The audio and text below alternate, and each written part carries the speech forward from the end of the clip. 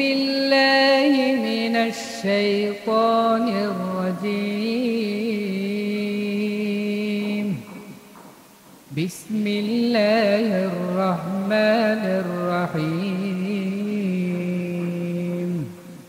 أولئك الذين اشتروا الضلالة بالهدى فما ربحت تجارتهم وما كانوا مهتدين.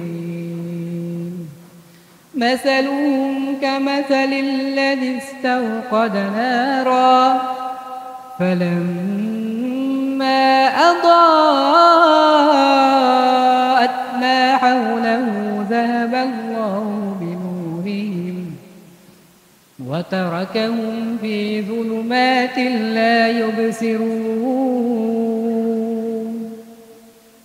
صم بكم عمي فهم لا يرجعون.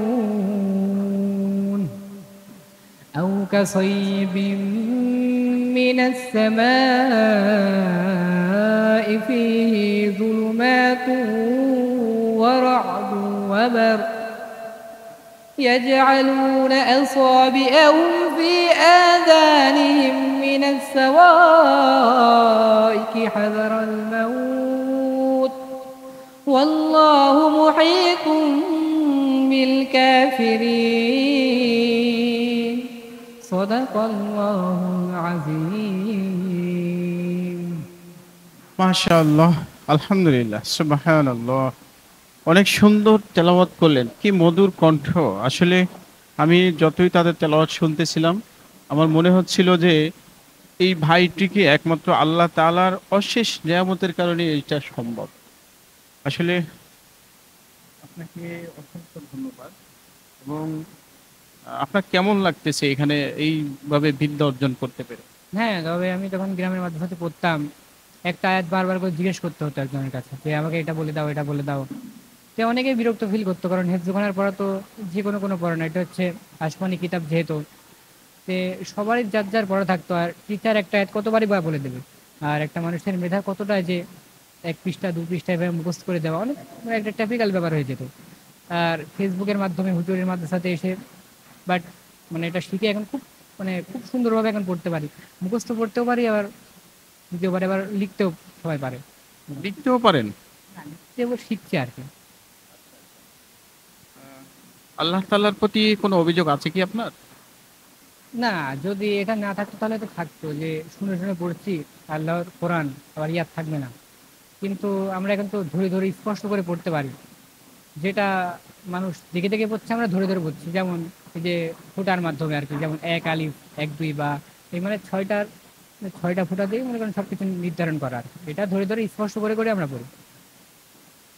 সুবহানাল্লাহ, মাশাআল্লাহ। কি নাম আপনার? আমার নাম মোহাম্মদ রাফিল ইসলাম রাফি। আপনার বাবার নাম কি? মোহাম্মদ আব্দুল লতিফ। আপনার দেশের বাড়ি কোথায়? আমার দেশের বাড়ি হচ্ছে কুষ্টিয়াতে। আপনার বাবা বেঁচে আছে? হ্যাঁ, বেঁচে আছে। আপনি এখানে পড়ালেখা করেন কতদিন ধরে? আমি এখানে পড়ালেখা করা যাবত 1 বছর হয়ে গেছে। আপনি হেফজ করেছেন? আমি এমনিতে হিপস করেছিলাম হচ্ছে গ্রামের মাদ্রাসাতে।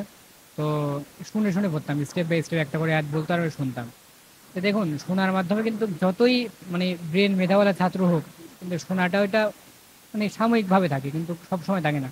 আর হুজুরের মাদ্রাসায় যে ব্রেল কোরআন শরীফ ধরে ধরে পড়তে পারি, আমরা শিখতে পারি, সব কিছু পর্যবেক্ষণও করতে পারি, এটা অনেক আমাদের জন্য অনেক একটা খুবই ভালো। আপনি যেটা বলতে চাচ্ছেন যে আপনারা এতদিন শুনে পড়েছেন, কিন্তু এখন আপনারা এই যে পবিত্র কোরআন শরীফের উপরে হাত বুলিয়ে যে তেলাওয়াতটা করতেছেন, পড়তে পারতেছেন, অর্থাৎ এখানে আর শুনে পড়তে হয় না, শুধু হাত বুলিয়ে আপনারা পড়তে পারতেছেন। আপনারা যেমনটা শুনছিলেন দর্শক, আসলে এটা একটা অসাধারণ প্রতিভা, এবং আমি সত্যিকারে বিস্মিত হয়ে গেছি যে এই ভাইটি যেমনটা বলেছিলেন যে উনি পবিত্র কোরআন শরীফ শুনে শুনে মুখস্থ করেছিলেন, কিন্তু এখানে আসার পরে এই পবিত্র কোরআন শরীফকে হাত বুলিয়ে যে তেলাওয়াতটা করতেছেন, এজন্য আর শুনতে হয় না, সে হাত বুলিয়েই পবিত্র কোরআন তেলাওয়াত করতে পারতেছেন।